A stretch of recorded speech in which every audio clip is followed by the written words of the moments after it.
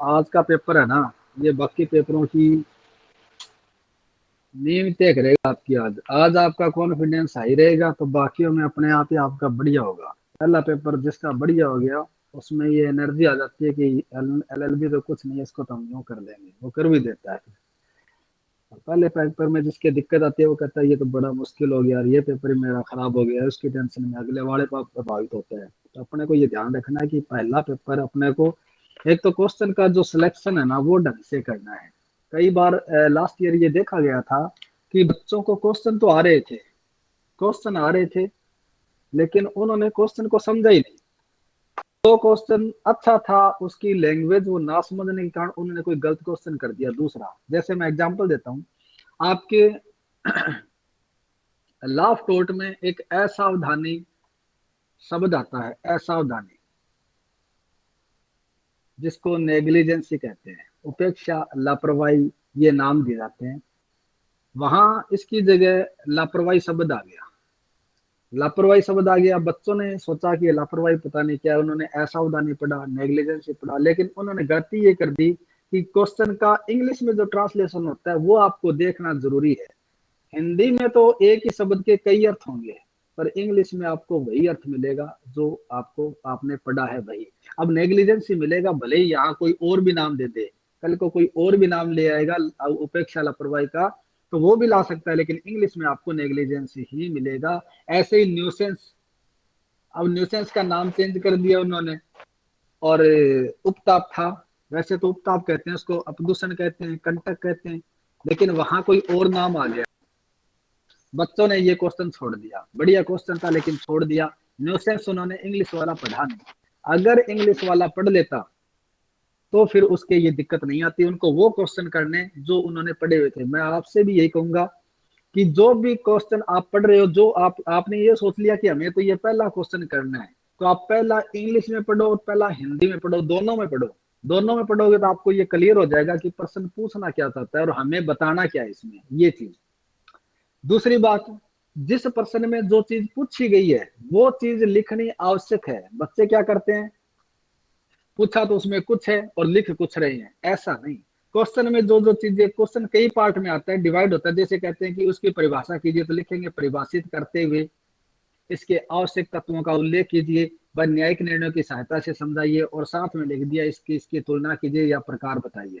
ऐसे लिख दिया तो प्रश्न के 4 टुकड़े कर दिए उसने एक ही प्रश्न में। आपको डिफाइन भी करना है, आपको इसके एसेंशियल एलिमेंट्स भी लिखने हैं, आपकी इसकी तुलना भी करनी है। अगर और कुछ पूछा है तो वो भी आपने लिखने, केस लो पूछे तो एक दो केस लो भी इसमें देने हैं। ऐसे प्रश्न के हर पार्ट का आंसर आपको देना है। ये नहीं है कि आपने डिफाइन पर ज्यादा जोर दे दिया, आवश्यकता तो लिख दिया, प्रकार आपने लिखे ही नहीं, पूरे प्रश्न में लिखे ही नहीं कहीं, तो मार्किंग आपकी कट जाएगी। फिर प्रश्न डिवाइडेशन हो जाता है। 20 नंबर का प्रश्न अगर मानते हैं अपन, तो फिर 7 7 नंबरों में अगर कहें जो पार्ट जैसा उसके अकॉर्डिंग उसके नंबर तय हो जाते हैं। तो आपका ये वाला पार्ट छूट गया तो इसका मतलब क्वेश्चन आपने अटेम्प्ट करने से आपका रह गया। आप खुशी खुशी घर आते हैं और कहते हैं कि हमने तो सारा प्रश्न कर दिया, हमारे को तो सब आता था। ये ध्यान रखना, ये गलती नहीं करनी। क्वेश्चन में जो पूछा गया है वो चीज अवश्य लिखनी है, चाहे वो कितने ही टुकड़ों में पूछे, चाहे उसकी आधा पेज एक पेज ही आप क्यों ना भरे, पर लिख के जरूर आना। उससे क्या करेगा, एग्जामिनर ये देखेगा कि हाँ इसने क्वेश्चन के इस पार्ट वाले में ये किया, तो जितने नंबर बनते हैं ना उसमें से आपको नंबर यहाँ दे देगा। ठीक है, और बड़ी धैर्य और इत्मीनान के साथ आपने ये क्वेश्चन है वो करने हैं, जल्दबाजी नहीं करनी, होच पोच नहीं होना, समय से पहले चले जाना। बस आज आज जो 10 मिनट पहले जाके बैठ जाना चेयर पे आराम से। जो भागता भागता वहां जाता है ना, फिर वो लेट हो जाता है, कॉपी की जो फॉर्मेलिटीज है वो पूरी करता है, और उसके बाद वो तुरंत ही फिर क्वेश्चन को अटेम्प्ट करने की कोशिश करता है। फिर वो कोई ऐसा क्वेश्चन ले लेता है जो उसको नहीं करना चाहिए था। तो क्वेश्चन सारे देखो, 6 के 6% पहले आप देखो कि भी 6 6 क्वेश्चनों में आया क्या क्या है, और उनमें से फिर एक एक नॉर्मली एक टिक कर लो कि भाई ये वाला क्वेश्चन करना है, ये वाला करना है और ये वाला करना है। ऐसे करके आप एक सिलेक्ट क्वेश्चन तैयार कर लें और फिर उनको करते जाए आराम से। जो बढ़िया आता है सबसे पहले वही क्वेश्चन करना, चाहे वो 6 नंबर का ही क्वेश्चन क्यों ना हो। आपको 6 नंबर का क्वेश्चन सबसे बढ़िया आ रहा है, तो सबसे पहले आप क्वेश्चन को लिखना कैसे है, क्वेश्चन को क्वेश्चन नंबर 6 ही लिखना है। आप सबसे पहले कर रहे हो और क्वेश्चन नंबर 6 कर रहे हो, तो बच्चे क्या करते हैं, क्वेश्चन नंबर 1 लिखते हैं। ये तरीका गलत है, ये गलत है। यहाँ आप लिखिए क्वेश्चन नंबर 6, क्योंकि वो छठा प्रश्न है। फिर लिखिए क्वेश्चन नंबर, आपको दूसरा प्रश्न करे हो, चौथा क्वेश्चन है तो आप क्वेश्चन नंबर 4 ही लिखेंगे दूसरे नंबर पर जब आएंगे तब।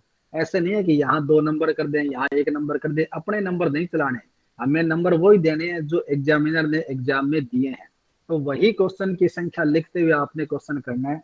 इससे फर्क ये पड़ता है कि एग्जामिनर देखता है कि छठा क्वेश्चन है क्या, चलो हाँ उस छठे में ये पूछा है, वो उस हिसाब से देखेगा। चौथा क्वेश्चन हाँ ये पूछा है, ये देगा। क्वेश्चन एक लिखता है, एग्जामिनर का दिमाग यही खराब कर देते हो, पहला ही क्वेश्चन लिख के गलत, नंबरिंग 1 डालिए। क्वेश्चन ये देखेगा कि भाई 1 नंबर क्वेश्चन तो ये था, इसमें लिखा क्या है इसके अंदर। अगर उसने ज्यादा ध्यान नहीं दिया तो वो आपको कट भी कर सकता है यहाँ पे कि जो एक नंबर था वो तो उसने लिखा ही नहीं, ये क्या लिख रखा है इसने, तो वो आपको नंबर नहीं देगा। तो आप सब इन छोटी छोटी बातों का ध्यान रखना है। यही क्वेश्चन है ना, यही चीजें आपको एग्जाम में पास करवा देती है, यही कुछ चीजें आपको एग्जाम में अच्छे नंबर बनाने में सहायक सिद्ध होती है। अब आते हैं अपन टॉपिक पर। ये बात भी जरूरी थी इसलिए मैंने बताई है, हालांकि 5 मिनट का समय जरूर लगा है, पर जरूरी चीजें जरूरी है, क्योंकि इसके अभाव में भी सब कुछ पढ़ लिया फिर भी गलत करके आगे फिर फायदा नहीं है। देखिए एक क्वेश्चन रात को कह रहे थे, प्राण और देह स्वतंत्रता के अधिकार का आर्टिकल 21 का, अपन इसको कर लेंगे, पर ये क्वेश्चन है कुछ नहीं, है कुछ नहीं और है बहुत कुछ। आधी किताब इस अकेले क्वेश्चन की है, पर ध्यान इतना ही देना है कि हमें आधी किताब देख के डरना नहीं है, हमें इसकी बेस क्या है, हमें इसकी थीम क्या है, हमें इसका ऑब्जेक्ट क्या है, वो चीज पकड़ में करनी है। प्राण और देश स्वतंत्रता का जो आर्टिकल है, इस आर्टिकल की जो लैंग्वेज है वो केवल 2 ही लाइन की है।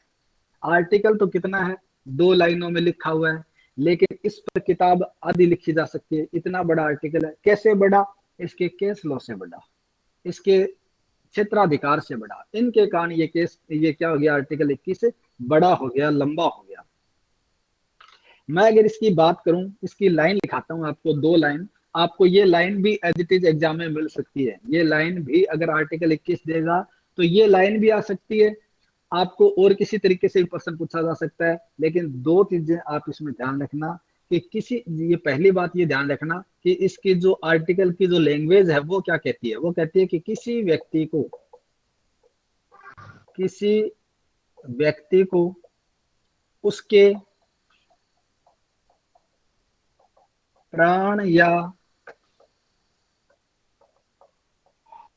दैहिक स्वतंत्रता, माइक जिसका ऑन है ना प्लीज वो ऑफ कर दें, यह आपके हित की बात है। किसी व्यक्ति को उसके प्राण या दैहिक स्वतंत्रता से,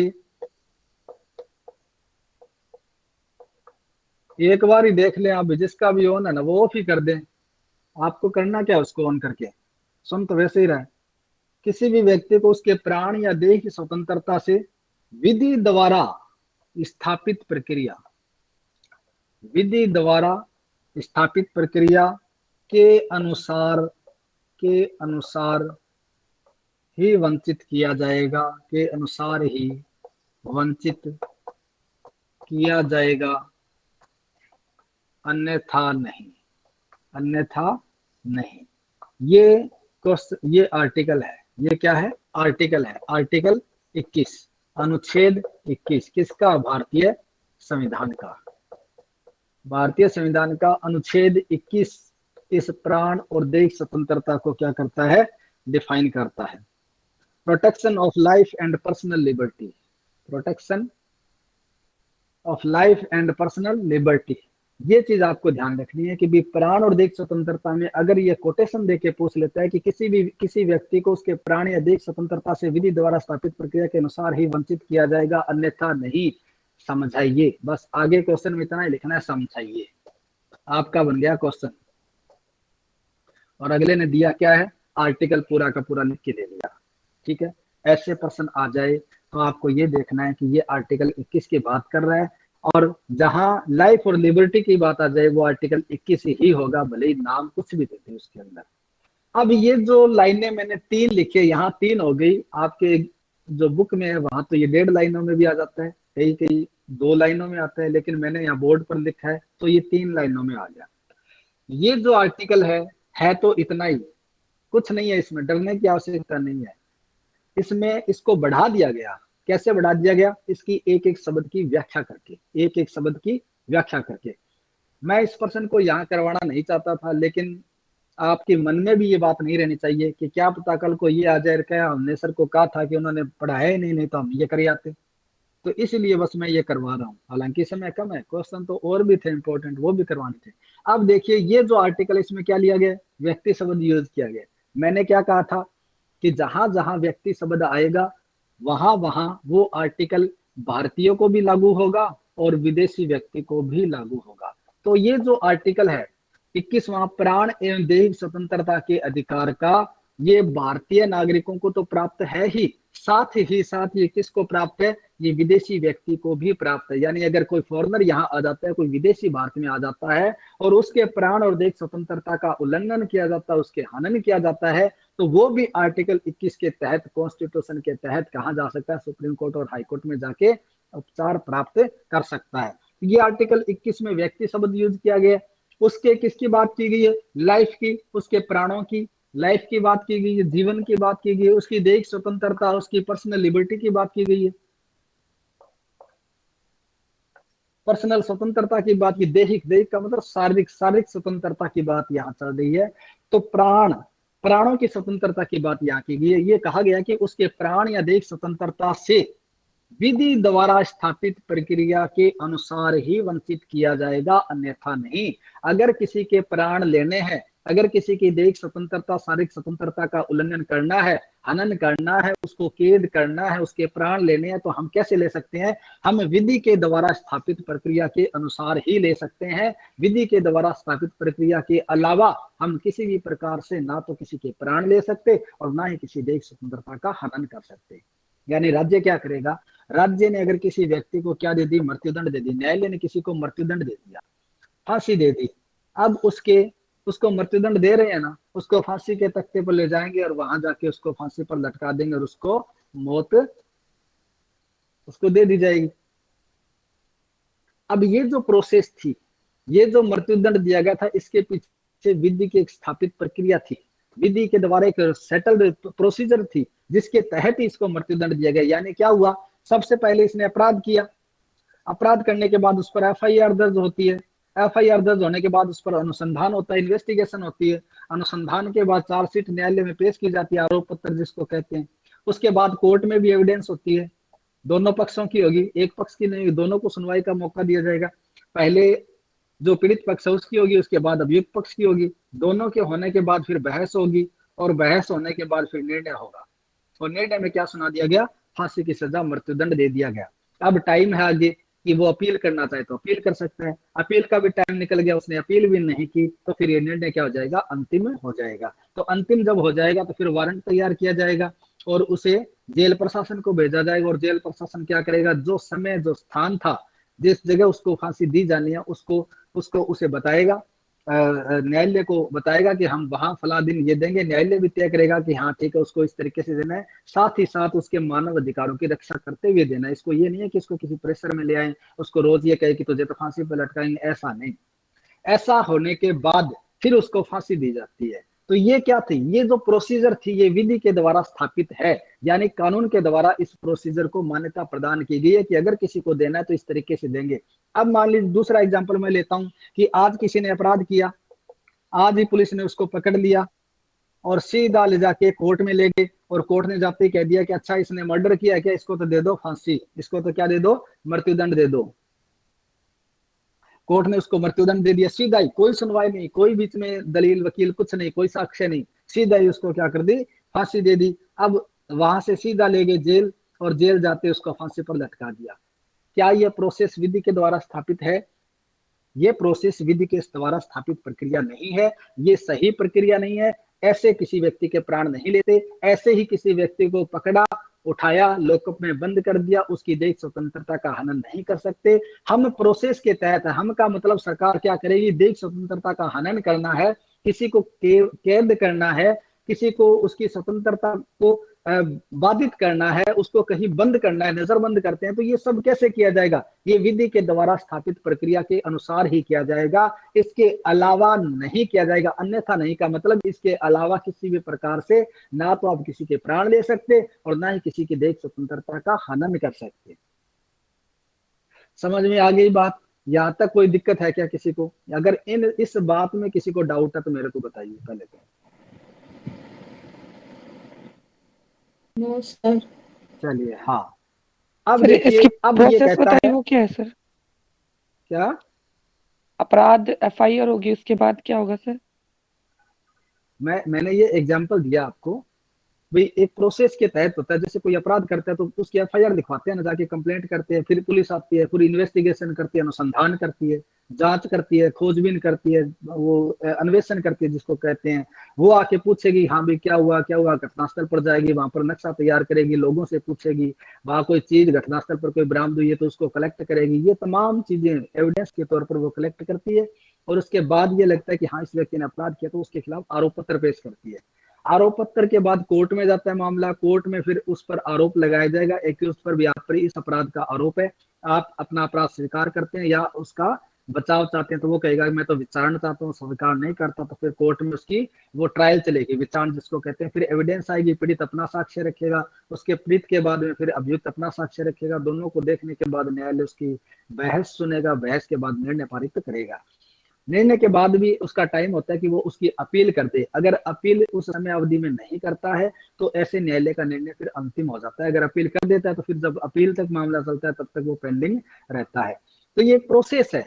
ये सीआरपीसी में क्रिमिनल प्रोसीजर कोड के अंतर्गत ये बता दिया गया है कि अगर किसी को अपराध के तहत दंडित किया जाएगा तो इस प्रोसेस के द्वारा ही दंडित किया जाएगा, चाहे वो कैसा ही अपराध करे। तो इसके द्वारा तो किसी की अब ऐसे में अपराध करता है तो उसको पुलिस ले जाती है ना, पुलिस ले जाके लॉकअप में बंद कर देती है, लॉकअप में फिर जेल में भेज देती है उसे, बाद में कोर्ट उसे जेल भेज देता है और जेल में वो बंद रहता है जब तक उसकी जमानत नहीं होती। तो ऐसे जेल में भेजा जाना क्या है, उसकी दैहिक स्वतंत्रता का उल्लंघन तो है ही। भाई अगर हम सामान्य शब्दों में कहें तो वो उसका था कि वो शरीर उसका स्वतंत्र है, कोई उस पर रेस्ट्रिक्शन नहीं लगा सकता, कोई उसको बंद नहीं कर सकता, लेकिन प्रोसेस के तहत तो किया ही जा सकता है। उसने अपराध किया तो पुलिस ऐसे तो बंद कर ही सकती है लॉकअप में, तो वो लॉकअप में बंद किया जा रहा नहीं, ये विधि के द्वारा स्थापित प्रक्रिया के अनुसार ही किया जा रहा है, अन्यथा नहीं। यानी उसके अलावा ऐसे किसी को एक दिन भी बंद करके दिखाओ, पूरा मतलब वो जो लोग हैं वो सारी बात धरने पर बैठ जाएंगे कि आपने उसको बंद कर कैसे दिया, हमें बताइए आपने इसको लॉकअप में बंद कैसे कर दिया। तो बिना किसी प्रक्रिया को अपनाए ना तो किसी के प्राण लिए जा सकते और ना ही किसी देश स्वतंत्रता का हनन किया जा सकता। एक बात कही जाती है कि जब आपको प्राण देने का अधिकार नहीं है, जब आपको किसी को जीवन देने का अधिकार नहीं है तो आपको किसी के प्राण लेने का अधिकार भी नहीं है। भाई हम किसी को जीवन नहीं दे सकते तो हमें यह अधिकार भी नहीं है कि हम किसी के प्राण ले लें। तो बिना विधि द्वारा स्थापित प्रक्रिया के किसी के ना तो प्राण लिए जा सकते और ना ही किसी की देश स्वतंत्रता का हनन किया जा सकता। हाँ एक दो आजकल जो यूथेनेसिया जो स्वैच्छिक मृत्यु वाला चल रहा है उसमें जरूर है कि अगर जो व्यक्ति है वो इस स्थिति में है कि वो उससे उसका मरना बेहतर है तो उसे मरने की खुद को वो जो है परमिशन दी जा सकती है, अदरवाइज किसी को बिना स्थापित प्रक्रिया के किसी को प्राण लेने की इजाजत नहीं है। दोनों ही जो कोटेशन है विधायिका और कार्यपालिका दोनों के विरुद्ध है। ये जो प्रोटेक्शन दिया गया है ये विधायिका के विरुद्ध भी है और कार्यपालिका के विरुद्ध है। यानी कार्यपालिका में पूरा सिस्टम आ जाता है सरकारी और विधायिका में विधान बनाने वाली संस्थाएं आ जाती है। तो ये जो है वो इसी प्रक्रिया के तहत ही किसी के प्राण ले सकती है, अन्यथा नहीं ले सकती। आर्टिकल में व्यक्ति शब्द प्रयोग किया गया जिसका मतलब नागरिक और विदेशी दोनों है। कोई भी अधिकार ऑथेंटिक नहीं है, कोई भी जो राइट होता है वो एब्सोल्यूट नहीं होता, उन पर युक्त युक्त प्रतिबंध लगाए जाते हैं। इस आर्टिकल भी प्रतिबंध लगाया गया है कि वो विधि के द्वारा स्थापित प्रक्रिया से ही कर सकता है, अन्यथा नहीं कर सकता। राज्य युक्तियुक्त प्रक्रिया के अनुसार किसी भी व्यक्ति को उसके प्राण और देह स्वतंत्रता से वंचित कर सकता है। राज्य अगर चाहे तो युक्तियुक्त प्रक्रिया अपनाते हुए किसी भी व्यक्ति को उसके प्राण और देह स्वतंत्रता से क्या कर सकता है, वंचित कर सकता है। भारत में देश स्वतंत्रता का अधिकार विधि द्वारा स्थापित प्रक्रिया के आधार पर है, प्रोसीजरल एस्टेब्लिश्ड बाय लॉ के आधार पर है। पहले ये विधायिका द्वारा बनाई गई विधियों के विरुद्ध था, लेकिन बाद में एक केस में ए के गोपालन के केस में ये कह दिया गया कि ये कार्यपालिका के विरुद्ध भी उपलब्ध है ये आर्टिकल। खड़क सिंह वर्सेज उत्तर प्रदेश के मामले में ये कहा गया, खड़क सिंह वर्सेज उत्तर प्रदेश का मामला है जो इस प्रोसेस को क्या करता है, इस आर्टिकल को डिफाइन करता है, खड़क सिंह वर्सेज उत्तर प्रदेश का। अब सारी बातें है ना, अब समझने वाली बात तो इतनी थी, अब तो सिर्फ आपको केसों को समझना है। अब केसों को तो आप भी समझ सकते हो, जिस समय लगाना है तो मैं लगा दूंगा, कोई बात नहीं, लेकिन जरूरी चीजें छूट जाएगी, मुझे भी, मेरी भी टाइम की मर्यादा है, मुझे भी बाकी काम करने हैं। तो यहाँ ये ध्यान रखें कि अब कैसे के थ्रू समझना है अपने को। खड़ग सिंह या खड़क सिंह नाम लिखा आता है, खड़ग सिंह वर्सेज, केस का नाम है खड़ग सिंह वर्सेज उत्तर प्रदेश राज्य। मैं आपको छोटी छोटी इसकी बातें बताऊंगा और आप उनको विस्तार से अपने में समाहित कर लेना। देखिए, ये खड़ग सिंह था, ये पिटिशनर था, इसके ऊपर डकैती का आरोप लगाया था। खड़ग सिंह पर क्या लगाया गया? डकैती का आरोप लगाया गया। डकैती का आरोप लगा के और इस पर, इसके जब विरुद्ध इन्वेस्टिगेशन हुआ तो कोई एविडेंस नहीं मिली, पर्याप्त साक्ष्य नहीं मिली। ये फर्स्ट ईयर की क्लास चल रही है, कॉन्स्टिट्यूशन की चल रही है। एक बच्चा पूछ रहा है ये कौन सी क्लास चल रही है, तो ये एलएलबी फर्स्ट ईयर की है। और जो आपका आज पेपर है एलएलबी पार्ट फर्स्ट का, भारत की संवैधानिक विधि, कॉन्स्टिट्यूशनल लॉ ऑफ इंडिया, उसका टॉपिक आर्टिकल 21 चल रहा है। खड़ग सिंह के केस में क्या था, इस पर डकैती का आरोप लगाया गया और इसके खिलाफ पर्याप्त साक्ष्य नहीं मिले। जब पर्याप्त साक्ष्य नहीं मिले, पर्याप्त साक्ष्य नहीं होने के कारण क्या कर दिया, इसे दोष मुक्त कर दिया। उत्तर प्रदेश पुलिस ने क्या किया, इस विनियम के दिन, उत्तर प्रदेश पुलिस विनियम था एक, उत्तर प्रदेश पुलिस विनियम, इसके अधीन भाई जब कोर्ट में लेके गए, वहां पर्याप्त साक्ष्य नहीं था, तो कोर्ट ने क्या कर दिया, इसे दोष मुक्त कर दिया, कि जाओ आप, तो आपको इसे ले आए। परंतु इसको दोष मुक्त कर दिया, पर उत्तर प्रदेश की जो पुलिस थी ना, उसने अपने जो पुलिस नियम थे उनके अधीन क्या कर दिया, उसे निगरानी में रखा। उसने कहा कि तुझे न्यायालय ने तो बरी कर दिया, लेकिन हम तेरे पर इस हमारे उत्तर प्रदेश पुलिस विनियम के अधीन आप पर क्या रखेंगे, निगरानी रखेंगे, आप पर नजर बनाए रखेंगे कि आप कहाँ जाते हो, क्या करते हो।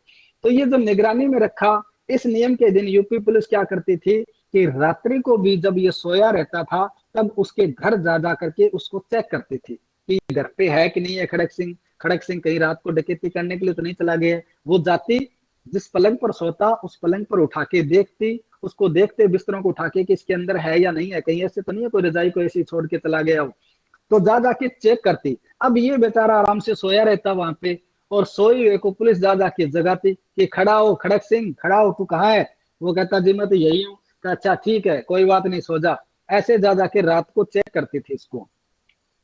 अब रात को किसी को चेक करेगी तो इसकी जो स्वतंत्रता थी, कौन सी, देश स्वतंत्रता, भी इसको आजादी अपने शरीर को जैसे चाहे वो रखे, तो इसकी देश स्वतंत्रता का क्या कर देती थी, हनन कर देती थी। ये इसके खिलाफ चला गया, ये खड़ग सिंह इनके खिलाफ गया और कोर्ट में इसने एप्लीकेशन लगाई और ये कहा कि ये इस प्रकार से जो निगरानी कर रहे हैं, ये मेरी देश स्वतंत्रता पर अटैक कर रहे हैं, मेरी देश स्वतंत्रता के अधिकारों का हनन कर रहे हैं, इसलिए इनको कोई राइट नहीं है कि वो आके मुझे इस प्रकार से वो डिस्टर्ब करें। कोर्ट ने कहा कि ये देश स्वतंत्रता का आक्रमण है, विधि को ये बल नहीं है कि वो अवैध घोषित करे, यानी ये जो रूल्स है, ये कोर्ट ने कहा कि ये आक्रमण है, ये देश स्वतंत्रता का आक्रमण है, आप ऐसे नहीं कर सकते, कोई भी कानून ऐसा नहीं है जो इस प्रकार से करे कि किसी देश स्वतंत्रता का हनन करे।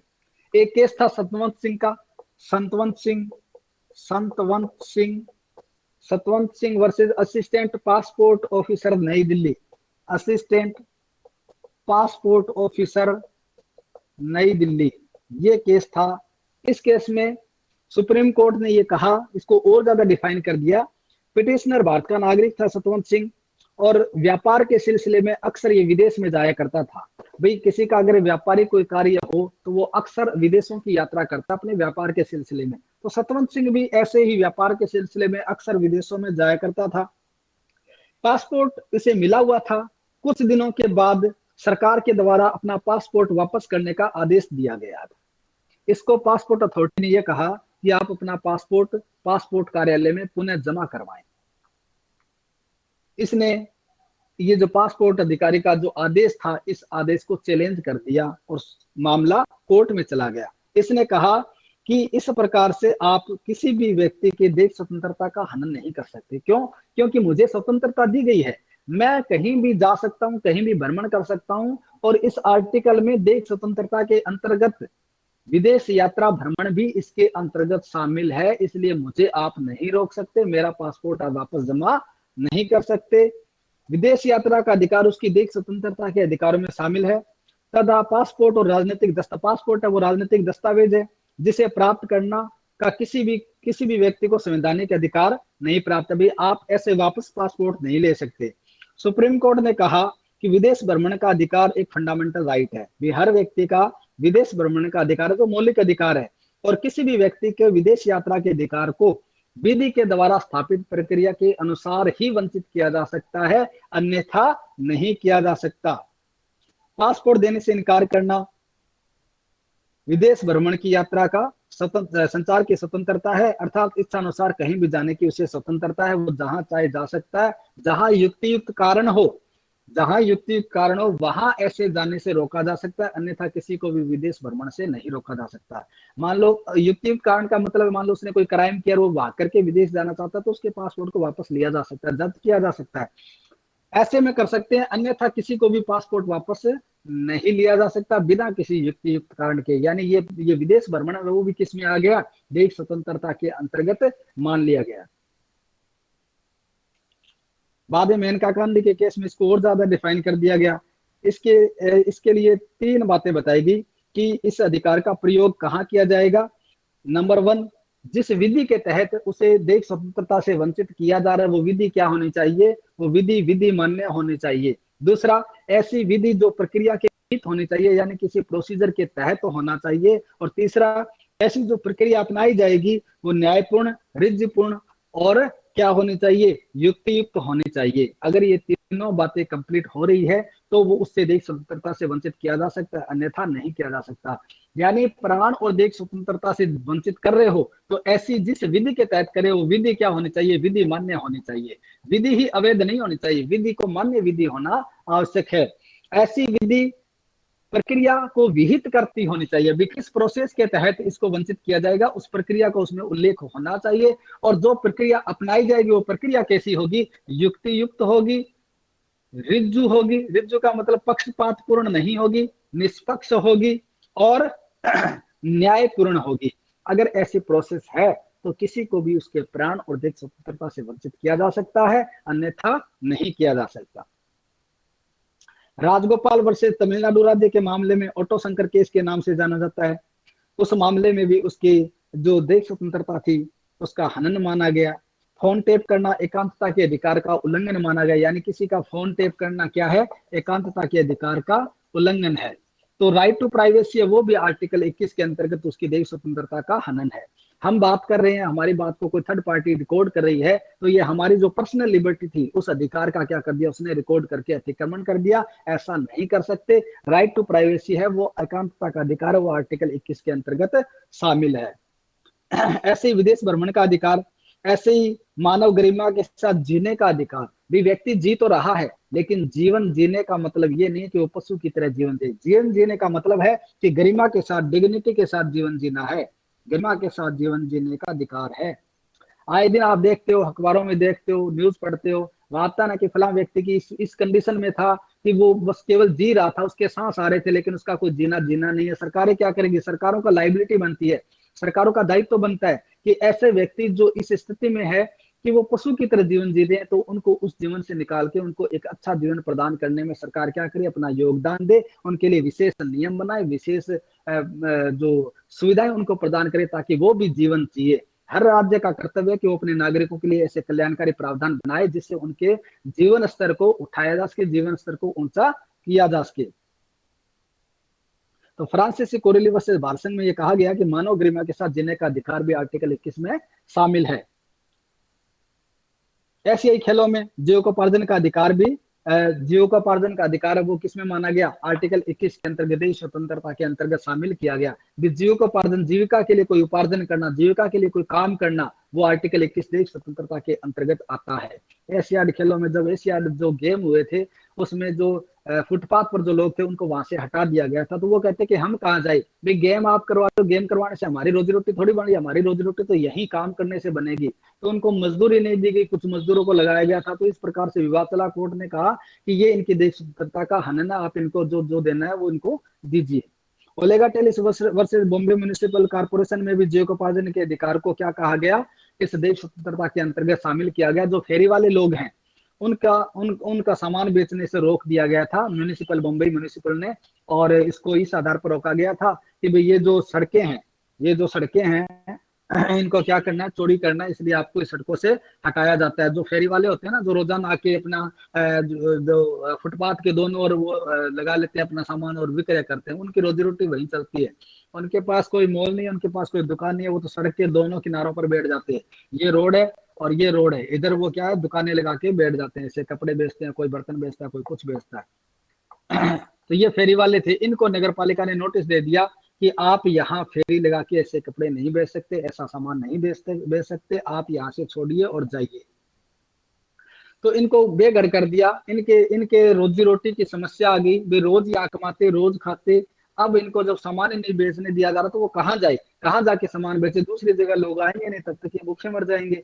कोर्ट में मामला गया, कोर्ट ने कहा कि आपको ये तो राइट है कि आप रोड को चौड़ा कर सकते हैं, देश के विकास के लिए जो जैसा तय कर सकते हैं, लेकिन इसका मतलब ये नहीं कि आप किसी के जीविकोपार्जन के अधिकार का उल्लंघन कर दें, इनकी रोजी रोटी को उल्लंघन कर दें। आप इनके लिए व्यवस्था कीजिए, इनके पुनर्वास की व्यवस्था कीजिए, इनके लिए कोई और दूसरी जगह ऐसा स्थान तय कीजिए जहां जाके अपना रोजगार कर सके। तो जीविकोपार्जन का अधिकार है वो भी देश स्वतंत्रता के अधिकार में शामिल किया गया। किस केस में, ओलेगा टेलिस के मामले में। ओलेगा टेलिस आपका जो लीडिंग केस है वो भी, और वहां भी इंपॉर्टेंट है आपके, अगर केस आएगा तो ये भी आ सकता है। ठीक है। चिकित्सा का अधिकार, परमानंद कटारा के मामले में ये कहा गया कि चिकित्सा का अधिकार भी क्या है, देश स्वतंत्रता के अधिकार में शामिल है, आर्टिकल 21 में शामिल है, प्राण और देश स्वतंत्रता में। परमानंद कटारा वर्सेज भारत संघ का मामला था। Parmanand Katara versus union of India Bharat संघ का 1995 का था। कई बार आप देखते हो कि कहीं रोड एक्सीडेंट हो जाता है और रोड एक्सीडेंट होने के बाद लोग उसको उठाते नहीं है और वो व्यक्ति उस उठाने की वजह से दम तोड़ देता है, वहां मर जाता है। जैसे ही रोड एक्सीडेंट हुआ, अगर कोई भी उसको उठा के ले जाता, हॉस्पिटल में समय पर दाखिल करवा देता, तो हो सकता है उसकी जान बच जाती, हो सकता है वो बच जाता। लेकिन यहाँ नहीं बचा। क्यों नहीं बचा? कि लोगों ने उसकी वीडियो बनाते रहे, लोग उसके देखते रहे, लेकिन किसी ने हिम्मत नहीं की कि हम उसको उठा के ले जाएं और ले जाके हॉस्पिटल में बंद करवा दें। क्यों नहीं लेके गए? उसके पीछे कारण था, क्योंकि वहां जाएंगे, पुलिस वाले जाते ही ये पूछेंगे कि आप इसको कहां से लेके आ गए, वो हमारे को इंक्वायरी करेगी। और कहीं कहीं तो ये भी होता था कि पुलिस उसी पर आरोप लगा देती थी कि आपने ही इसको मारा है और एक्सीडेंट का बहाना करके आप उसको यहाँ ला रहे हो अपने आप को बचाने के लिए। तो कई बार ऐसी चीजों को सामना करना पड़ता था, लोग बिना वजह के परेशान होते थे, लोगों को कई बार कोर्टों के चक्कर लगाने पड़ते थे। तो इस परेशानी से बचने के लिए लोग क्या सोचते हैं, लोग सोचते हैं कि इससे अच्छा है कि ये मरे तो मर जाए, हमें क्या लेना, हम तो परेशान नहीं होंगे। इस कारण से कोई इनकी हेल्प नहीं करता था और लोग बिना वजह के भारत में ऐसे ही संख्या है वो बढ़ती गई और आंकड़े बढ़ते गए। अगर उनको समय पर उपचार दे दिया जाता तो ये शायद बच जाते। इसी केस में पहली बार सुप्रीम कोर्ट ने ये कहा कि ऐसे व्यक्ति, इनकी चिकित्सा का अधिकार देश स्वतंत्रता और प्राण और देश स्वतंत्रता के अधिकार में शामिल है, यानी हर व्यक्ति को राइट है कि उसको समय पर चिकित्सा मिले। तब कोर्ट ने कहा कि अगर कोई व्यक्ति, दिशा निर्देश जारी किए, गाइडलाइन तय की कि अगर कोई व्यक्ति ऐसे एक्सीडेंट वाले को तुरंत हॉस्पिटल में ले जाता है तो उसका कार्य इतना ही है कि वो हॉस्पिटल में उसको एडमिट करवा दे। उससे ना तो पैसे लिए जाएंगे कि पहले फीस जमा करवा फिर इसको एडमिट करेंगे, ऐसा उससे नहीं कहा जाएगा। उसको केवल इतना ही बताना है कि रोड एक्सीडेंट हो गया और मैं इसे उठा के लेके आ गया। तो ना तो उससे उसके बारे में पूछा जाएगा कि तू बता पहले तो तेरी डिटेल दे, नहीं पूछा जाएगा। ना उसको ये कहा जाएगा कि ला तू उसको एडमिट करवा रहा है तो हमें नहीं पता, पहले यहाँ हॉस्पिटल में पैसे जमा करवा, पूछा जाएगा। यानी हॉस्पिटल वालों की भी लाइबिलिटी है कि वो तुरंत ऐसे एक्सीडेंटल केस वाले को तुरंत उसको एडमिट करे और तुरंत उसका उपचार प्रदान करे, तुरंत उसका उपचार क्या करे, शुरू कर दे। पहले क्या होता था, पहले पुलिस को इन्फॉर्मेशन देनी पड़ती थी, डॉक्टर पुलिस को फोन करता और पुलिस जब आती तब तक आधा एक घंटा हो जाता और हो सकता है तब तक व्यक्ति की मृत्यु हो जाती। अब पुलिस का इंतजार करने की आवश्यकता नहीं है। अब डॉक्टर को इंस्ट्रक्शन है कि वो सीधा ही जैसे उसके पास कोई ऐसा पेशेंट आता है, एक्सीडेंटल केस आता है, तो तुरंत उसका उपचार शुरू करे। जो बाकी की फॉर्मेलिटी है, पुलिस को सूचना देना, ये वो सारी बातें बाद में होती रहेगी, लेकिन पहला जो कार्य है वो राज्य का ये है कि वो उसका जीवन बचाए। भाई हम किसी को जीवन दे नहीं सकते तो हम ऐसे जीवन ले भी नहीं सकते, हमें ऐसे सिस्टम को सुधारना पड़ेगा ताकि लोग एक्सीडेंटल वालों को देखते ही क्या करें, हॉस्पिटल में एडमिट करवा दे। अब यहाँ जो राजस्थान की सरकार है उसने एक नियम बनाया ना, वो कहता है कि अगर कोई एक्सीडेंटल केस में ऐसा कोई एक्सीडेंट होता है और उसको अगर कोई समय पर हॉस्पिटल पहुंचाता है तो 5,000 रुपए उसको क्या दिए जाएंगे, प्रोत्साहन राशि दी जाएगी। यानी हॉस्पिटल में ले जाने वाले को उससे कोई कुछ नहीं पूछेगा, केवल इतना ही बताना है कि ये वहां था और मैं इसको लेके आया हूँ, उसे 5,000 रुपए इनाम के दिए जाएंगे, इसलिए कि तूने इस व्यक्ति के जीवन बचाने में मदद की है। इसलिए ये आदेश दिया गया कि ताकि लोग इससे प्रेरित हों और ऐसे एक्सीडेंटल केस वाले लोगों को तुरंत हॉस्पिटल में पहुंचाने के लिए प्रेरित होंगे, तो न जाने कितने लोगों की जान बचेगी। इस कारण से परमानंद कटारा में गाइडलाइन दी गई कि ऐसे एक्सीडेंटल केस में चिकित्सा का जो अधिकार है वो प्राण और देह स्वतंत्रता के अधिकार के अंतर्गत शामिल किया गया है।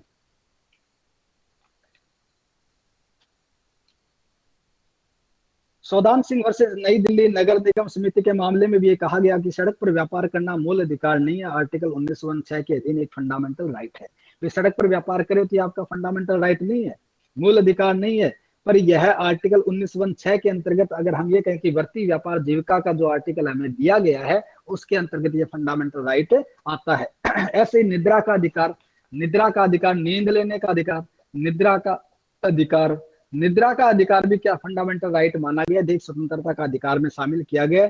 जब रामलीला मैदान का जब मामला चल रहा था, रामलीला मैदान में लोग सोए हुए थे, रामदेव का जो आंदोलन चला था ना, एक बार किया था कि काला धन वापस लाओ, काला धन तो आया नहीं और काला बार भेज दिया। तो निद्रा का अधिकार था, उसमें रामलीला आंदोलन जब चला था, रामलीला के मैदान में आंदोलन हुआ था, रात को लोग वही सो गए थे, हजारों की संख्या में वहां रात को लोग सो रहे थे और सरकार को क्या करना था, इस आंदोलन को ध्वस्त करना था, उसको उखाड़ना था। तो सोए हुए व्यक्तियों पर क्या किया, रात को उनको उठा के उनको मारपीट की, उनको दौड़ा के वहां से भगाया गया।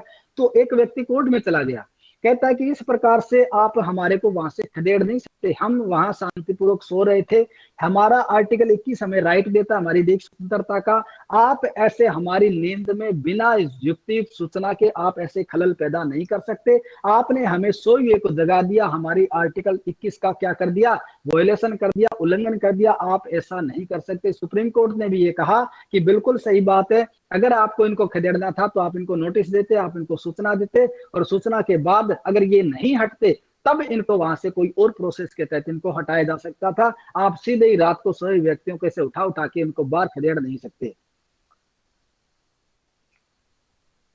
ठीक है, तो यहां भी इस स्वतंत्रता को देश स्वतंत्रता के अधिकार में शामिल माना गया, नींद के अधिकार को।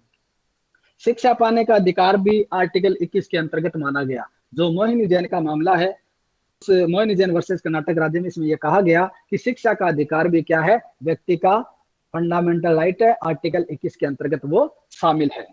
ऐसे ही उन्नीकृष्णन वर्सेस आंध्र प्रदेश राज्य में भी कहा गया कि मोहिनी जैन का निर्णय वो सही है और उसके बाद 14 वर्ष तक के बच्चों को जो शिक्षा का अधिकार है वो इसी केसों के तहत दिया गया है कि हर भारतीय बच्चा जो 14 वर्ष से कम आयु का, उसको फ्री ऑफ कॉस्ट शिक्षा दी जानी चाहिए। जो गरीबी के कारण या अन्य किसी कारण से स्कूलों में नहीं जा पाते हैं, उनको क्या दी जानी चाहिए, शिक्षा दिया जाना राज्य का कर्तव्य है। ठीक है, तो ये था अपना आर्टिकल 21। केसेज के थ्रू इसको डिफाइन करना है, बाकी तो इसमें ज्यादा कुछ है नहीं, बाकी तो लिमिटेड है। इसका दायरा है वो व्यापक है, इसका जो क्षेत्राधिकार है वो बड़ा व्यापक है। जो चीजें और कहीं आर्टिकल में नहीं आती, अगर वो न्यायोचित है तो वो आर्टिकल 21 के अंतर्गत आ सकती है, प्राण और देश स्वतंत्रता के अंतर्गत इसे शामिल किया जा सकता है। ठीक है,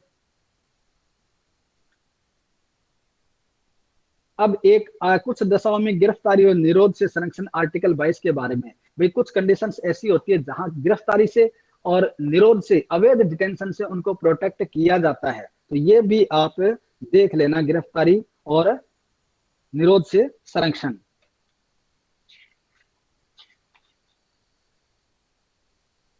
राष्ट्रपति को लेके आप क्वेश्चन देख लेना, आर्टिकल 32 और 226 पे है ना, रिटों का जो सुप्रीम कोर्ट का जो क्षेत्राधिकार है, आर्टिकल 32 और 226 फंडामेंटल राइट्स के विरुद्ध अपन जाएंगे तो 5 रिटों के तहत जाएंगे। 5 रिट कौन सी होगी, 5 रिट कौन सी होगी, एक तो बंदी प्रत्यक्षीकरण होगी, दूसरी परमादेश होगी, परमादेश याचिका या परमादेश रिट जिसको कहते हैं, एक होगी उत्प्रेषण रिट और एक होगी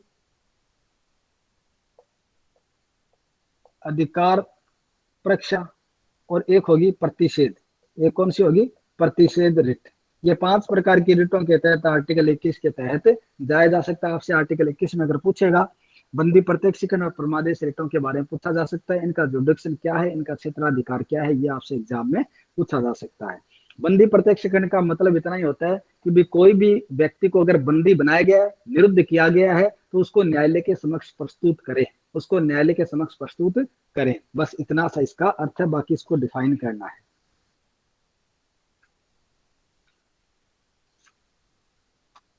ठीक है, चलो इनमें से जो करवाए हैं ना, इनमें से आपके 2 क्वेश्चनों के चांसेस आपके बनते हैं। राष्ट्रपति का जो निर्वाचन है वो आपने पढ़ना है।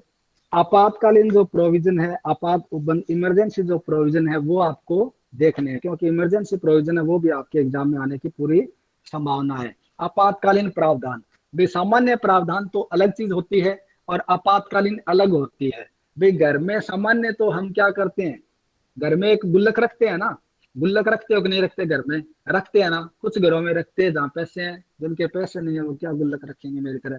तो जिनके पैसे हैं वो क्या करेंगे, वो अपना एक गुल्लक रखते हैं, या दैनिक जो रूटीन में जो मीडियम जो परिवार के लोग हैं वो ऐसी व्यवस्था रखते हैं। तो वो क्या करते हैं, वो गुल्लक रखेंगे और जैसे जैसे उनके हाथ में कभी 10-20 रुपए आते हैं तो वो इस गुल्लक में डालते रहते हैं। ये किस लिए रखा गया, ये इसलिए रखा गया कि अगर आपातकालीन कोई स्थिति आएगी, हमारे पास पैसे का संकट आएगा, तो हम क्या करेंगे, इस गुल्लक में से निकाल लेंगे और अपना काम चला लेंगे। ये व्यवस्था करने के लिए घरों में इस प्रणाली को अपनाया जाता है। देश का सिस्टम भी कुछ इसी तरह का है। सामान्य प्रावधान तो सारे बता दिए गए कि शासन किस प्रकार से किया जाएगा, शासन किस प्रकार से किया जाएगा, इसके पूरे प्रावधान है।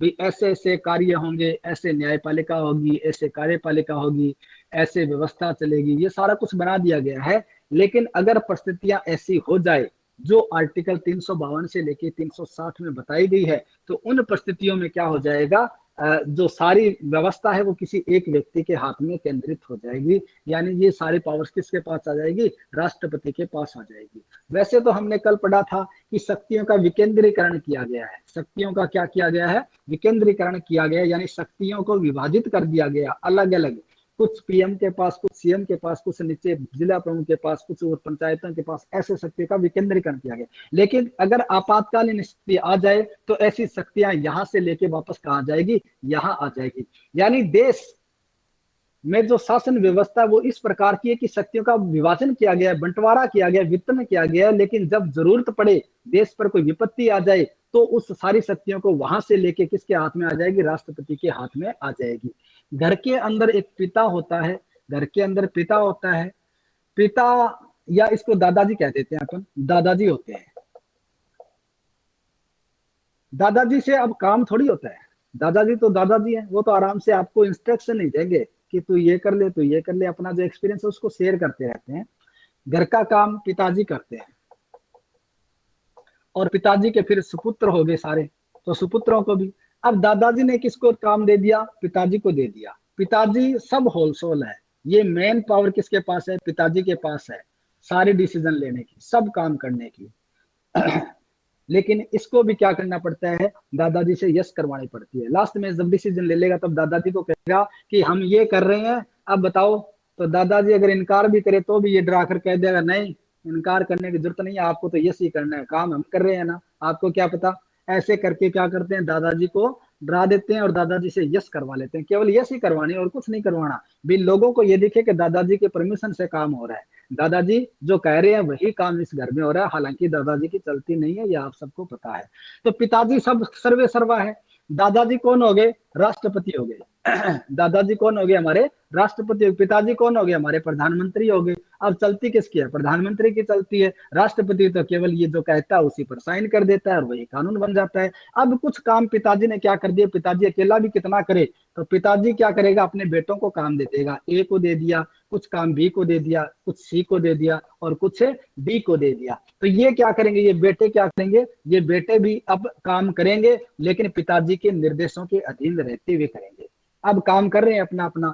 अब अगर कोई परिस्थिति खराब हो जाती है, घर की स्थिति खराब हो जाती है, बिगड़ जाती है, तो दादाजी क्या कहेगा, दादाजी कहेगा अरे नालायको तुम सब छोड़ो, तुम भी छोड़ो, अब मैं संभालूंगा। तो सारी पावर एकदम से किसके हाथ में आ जाती है? दादाजी के हाथ में आ जाती है। यानी आपातकाल में सारी शक्तियां पीएम से नीचे की सबको लेके कहा जाती है? राष्ट्रपति के पास आ जाती है। दादाजी हैंड ओवर कर लेते हैं कि अब आपको कुछ करने की जरूरत नहीं है, देख लिया आपको, बहुत कर लिया आपने, अब काम मैं करूंगा, मुझे पता है काम कैसे होता है। तो दादाजी फिर उस काम को निपटाते हैं, यानी सारी शक्तियों का संचालन अब दादाजी के पास आ जाता है। ऐसे ही जब आपातकाल लगता है, जब 352 से 360 की परिस्थितियां पैदा होती है, देश में युद्ध या आक्रमण या बाह्य आक्रमण की स्थिति उत्पन्न होती है, देश के अंदर कोई वित्तीय संकट आ जाता है, किसी राज्य का संवैधानिक तंत्र विफल हो जाता है, तो ऐसी परिस्थितियों में सारी पावर्स किसके पास आ जाती है? राष्ट्रपति के पास आ जाती है। फिर राष्ट्रपति क्या करता है? शासन करता है। इसको राष्ट्रपति शासन भी कहते हैं।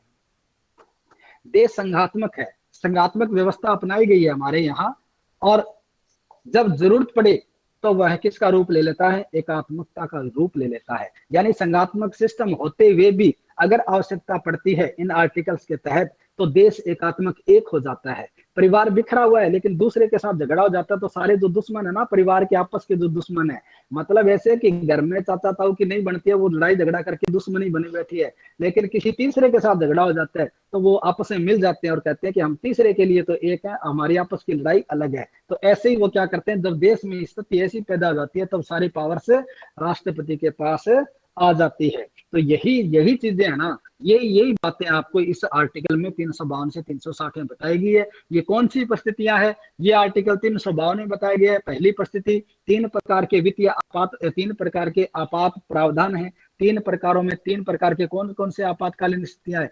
पहली तो है आर्टिकल 352 में युद्ध, बाह्य आक्रमण या सशस्त्र विद्रोह से उत्पन्न आपात।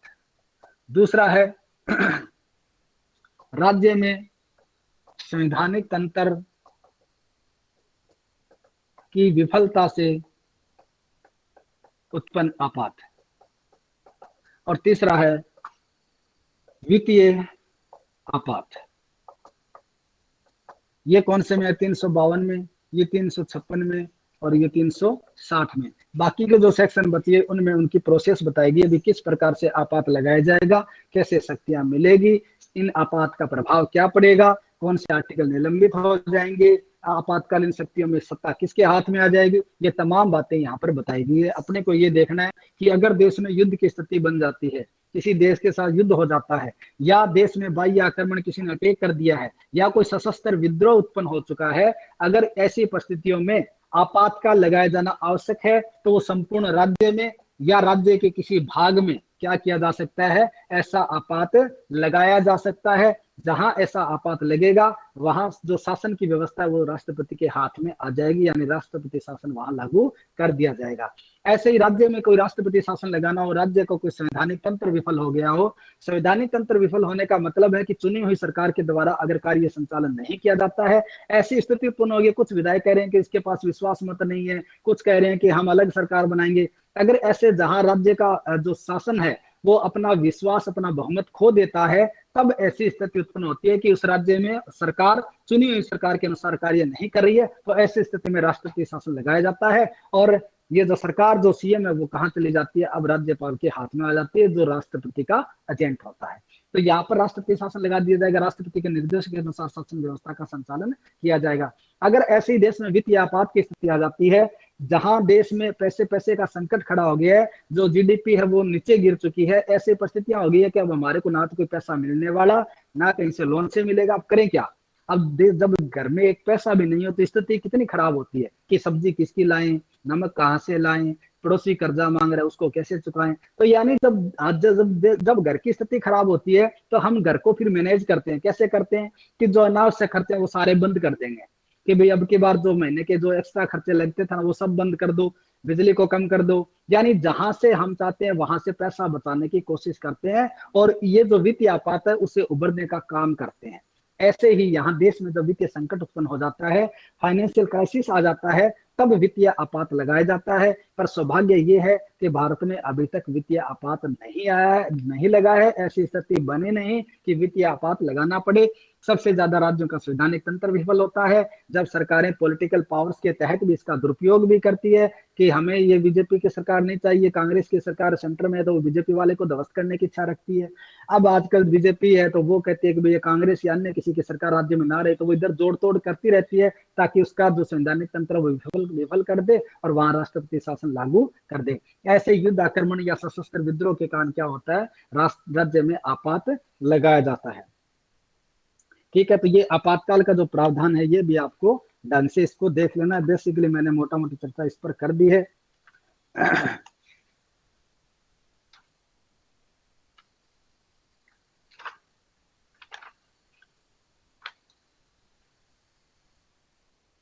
ठीक है, फिर अब एक प्रश्न आप भी पढ़ लेना, जो संवैधानिक तंत्र संविधान में संशोधन, जो संविधान में संशोधन का जो प्रावधान है आर्टिकल 368 में, 368 में संविधान संशोधन की प्रोसेस बताएगी, प्रक्रिया बताएगी। भाई संविधान वर्तमान समय की मांग होती है कि जो एक बार कोई कानून बन जाए तो क्या उसमें परिवर्तन नहीं होगा, परिवर्तन उसमें किया जाएगा।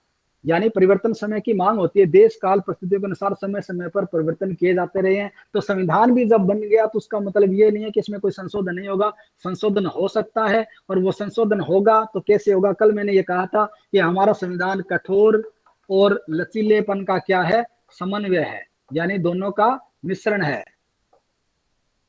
दोनों का मिश्रण है। यानी कुछ प्रावधान तो ऐसे हैं जिनका कठोरता के साथ उनमें संशोधन किया जा सकता है और कुछ प्रावधान ऐसे हैं, कुछ अनुच्छेद ऐसे हैं जिनमें आसानी से परिवर्तन किया जा सकता है। तो संविधान में जो संशोधन की प्रक्रिया है वो क्या बताएगी, वो प्रक्रिया भी बताएगी है। एक तो है सामान्य बहुमत से, कौन से, सामान्य बहुमत से संशोधन किया जा सकता है। दूसरा विशेष बहुमत से, दूसरा कैसे, विशेष बहुमत से संशोधन किया जा सकता है। और तीसरा विशेष बहुमत के साथ साथ आधे से अधिक राज्यों का अनुसमर्थन होना आवश्यक है। यानी 3 प्रकार से संविधान में संशोधन किया जाता है। वैसे तो बेसिकली 2 ही लिखा आता है, सामान्य और विशेष बहुमत से, लेकिन तीसरी कैटेगरी है विशेष बहुमत प्लस आधे से अधिक राज्यों का अनुसमर्थन। संविधान के कुछ आर्टिकल ऐसे हैं जिनमें सामान्य बहुमत से क्या किया जा सकता है, संशोधन किया जाता है। सामान्य बहुमत का मतलब होता है आधे से एक अधिक, यानी जितने पार्लियामेंट के सदस्य हैं, जितने उपस्थित हैं, उनमें से आधे से एक व्यक्ति भी अगर ज्यादा हो गया तो ये मान लिया जाएगा कि सामान्य बहुमत हो गया। यानी 100 अगर सदस्य है और उनमें से अगर 51 संशोधन के पक्ष में है तो आधे तो कितने होते हैं, 50 होते हैं, प्लस एक, यानी एक ही ज्यादा चाहिए आपको, आधे से एक ही ज्यादा चाहिए, ज्यादा और कितनी हो कोई दिक्कत नहीं है, लेकिन आधे से एक ज्यादा होते ही क्या मान लिया जाता है, सामान्य बहुमत मान लिया जाता है। आप घर में कहते हैं ना कि आज घर में ये चीज बनेगी, तो घर के सारे सदस्य क्या कहेंगे, भाई बताओ किस किस ने खानी है। तो जो अगर मान लो 7 जने हैं तो 4 अगर एक साइड में होते हैं वो कहते हैं ये बनेगी, तो फिर चारों के पक्ष में निर्णय आ जाता है, यानी उनका सामान्य बहुमत हो गया, वो जो चाहते हैं वो फिर हो जाता है। तो सामान्य बहुमत में जो आर्टिकल इसके दायरे में आते हैं उनमें आधे से अधिक होते ही उनमें क्या कर दिया जा सकता है, संशोधन किया जा सकता है, परिवर्तन किया जा सकता है, उनमें परिवर्धन किया जा सकता है। ऐसे ही विशेष बहुमत से अब कुछ आर्टिकल ऐसे हैं जिनमें थोड़ा सा बड़ा मुश्किल है, थोड़ा परिवर्तन करवाना आसानी से नहीं होगा। उसके लिए क्या चाहिए, 2/3, 2/3 बहुमत चाहिए। जो सदन में उपस्थित लोग हैं वो या जो वोटिंग करने वाले हैं वो, इनका कितना होना चाहिए, 2/3 होना चाहिए। अब आधे की बात नहीं रही, यहाँ बात 2/3 की हो गई। यानी इतना हिस्सा अगर 100 है तो 100 में से 66 लोग अगर इसके पक्ष में है, वहां तो क्या चाहिए था, 100 में से 50 लोग ही चाहिए थे, यहाँ 100 में से 66 लोग चाहिए कि अगर 2/3 एक साइड में है तो वो अगर कहेंगे तो बहुमत हो सकता है, नहीं तो नहीं होगा। यानी थोड़ा सा मुश्किल हो गया ना, अब थोड़ा मुश्किल बढ़ गई यहाँ पर कि 66 लोगों को एक साथ रखना, यानी सर 67 लोगों को लगभग एक साइड में करना, तब जाके बहुमत होगा। इसको बोलते हैं विशेष बहुमत। फिर एक आता है, कुछ आर्टिकल ऐसे भी हैं जिनमें और भी बड़ी मुश्किल से होता है, उनमें जो परिवर्तन करना वो बड़ा मुश्किल है, उसको कौन सा कहा जाता है, विशेष बहुमत कहा जाता है। तो विशेष बहुमत के साथ साथ, यानी 2/3 तो चाहिए ही चाहिए, इसके साथ साथ अगर भारत के आधे से अधिक राज्य उसके पक्ष में है तभी वो क्या किया जाएगा, उनमें संशोधन किया जा सकता है, अन्यथा नहीं किया जा सकता। तो ये संशोधन करने की जो प्रोसेस है वो इनके तहत की जाती है, सेक्शन 368 में है। संशोधन की प्रक्रिया बताई गई है, इनका पालन किया जाएगा, फिर संशोधन किया जा सकता है। लेकिन संशोधन किया जा सकता है, हमें यह भी ध्यान में रखना है, संशोधन तो कर सकते हैं, लेकिन संविधान का जो मौलिक ढांचा है, जो बेसिक स्ट्रक्चर है, उसका हम क्या नहीं कर सकते, उसमें संशोधन नहीं कर सकते। यानी संविधान का जो बेसिक स्ट्रक्चर है उसमें संशोधन नहीं कर सकते। भाई बेसिक स्ट्रक्चर की बात यह है कि जो जो राष्ट्र है वो धर्मनिरपेक्ष है, हमारे यहाँ धर्मनिरपेक्षता को शामिल किया गया है। तो हम ये नहीं कर सकते कि भाई कल को इसको ये कह दें कि हिंदू राष्ट्र है या मुस्लिम राष्ट्र है, या इसका धर्म हिंदू होगा या इसका धर्म मुस्लिम होगा, ऐसा नहीं कर सकते। अगर ऐसा किया जाता है तो ये मौलिक ढांचे का उल्लंघन किया जाता है, मौलिक ढांचे को नष्ट किया जाता है। इसलिए ऐसा संशोधन नहीं किया जाएगा जो मौलिक ढांचे को प्रभावित करता है। तो ऐसे जो मौलिक ढांचे वाली जो चीजें हैं उनको प्रभावित नहीं करे, बाकी सब संशोधन किया जा सकता है। उसकी प्रोसेस ये 3 मैंने आपको बता दी है। तो आर्टिकल 368 को पढ़ना, संशोधन पढ़ना, ये जो संशोधन होगा ये राज्य का विधानमंडल या पार्लियामेंट जैसी भी स्थिति है उसके अकॉर्डिंग इसको किया जाएगा। अंततः राष्ट्रपति के हस्ताक्षर उस पर होंगे तभी वो संशोधन माना जाएगा। ठीक है, अब इसको आप जितने क्वेश्चन करे हैं उनको तो ढंग से पढ़ लेना। इसके अलावा मैं पर्सन फिर भी आपको एक और बता देता हूं, व्यापार या वाणिज्य की स्वतंत्रता, व्यापार या वाणिज्य की स्वतंत्रता, और एक आर्टिकल 310 और 11, बस ये देख लेना। इसके अलावा अब आप देख रहे हो तो अपनी मर्जी से जो देखते रहना, पढ़ते रहना। ठीक है, इतने में आपके क्वेश्चन आ जाएंगे। शाम को जरूर पेपर आने के बाद अपने कमेंट जरूर करके बताना। व्हाट्सएप मेरा नंबर यही है 9694383990। इस पर बताना कि आपका पेपर कैसा हुआ। कोई कमी रहेगी तो हम नेक्स्ट पेपर में उसका सुधार करेंगे। अगर बढ़िया हुआ है तो हम जिस ट्रैक पर चल रहे हैं उस ट्रैक को और ज्यादा मजबूती के साथ इस पर आगे दौड़ेंगे। ठीक है, तो ऑल द बेस्ट, सभी का पेपर अच्छा हो, आपका दिन शुभ हो। मिलते हैं शाम।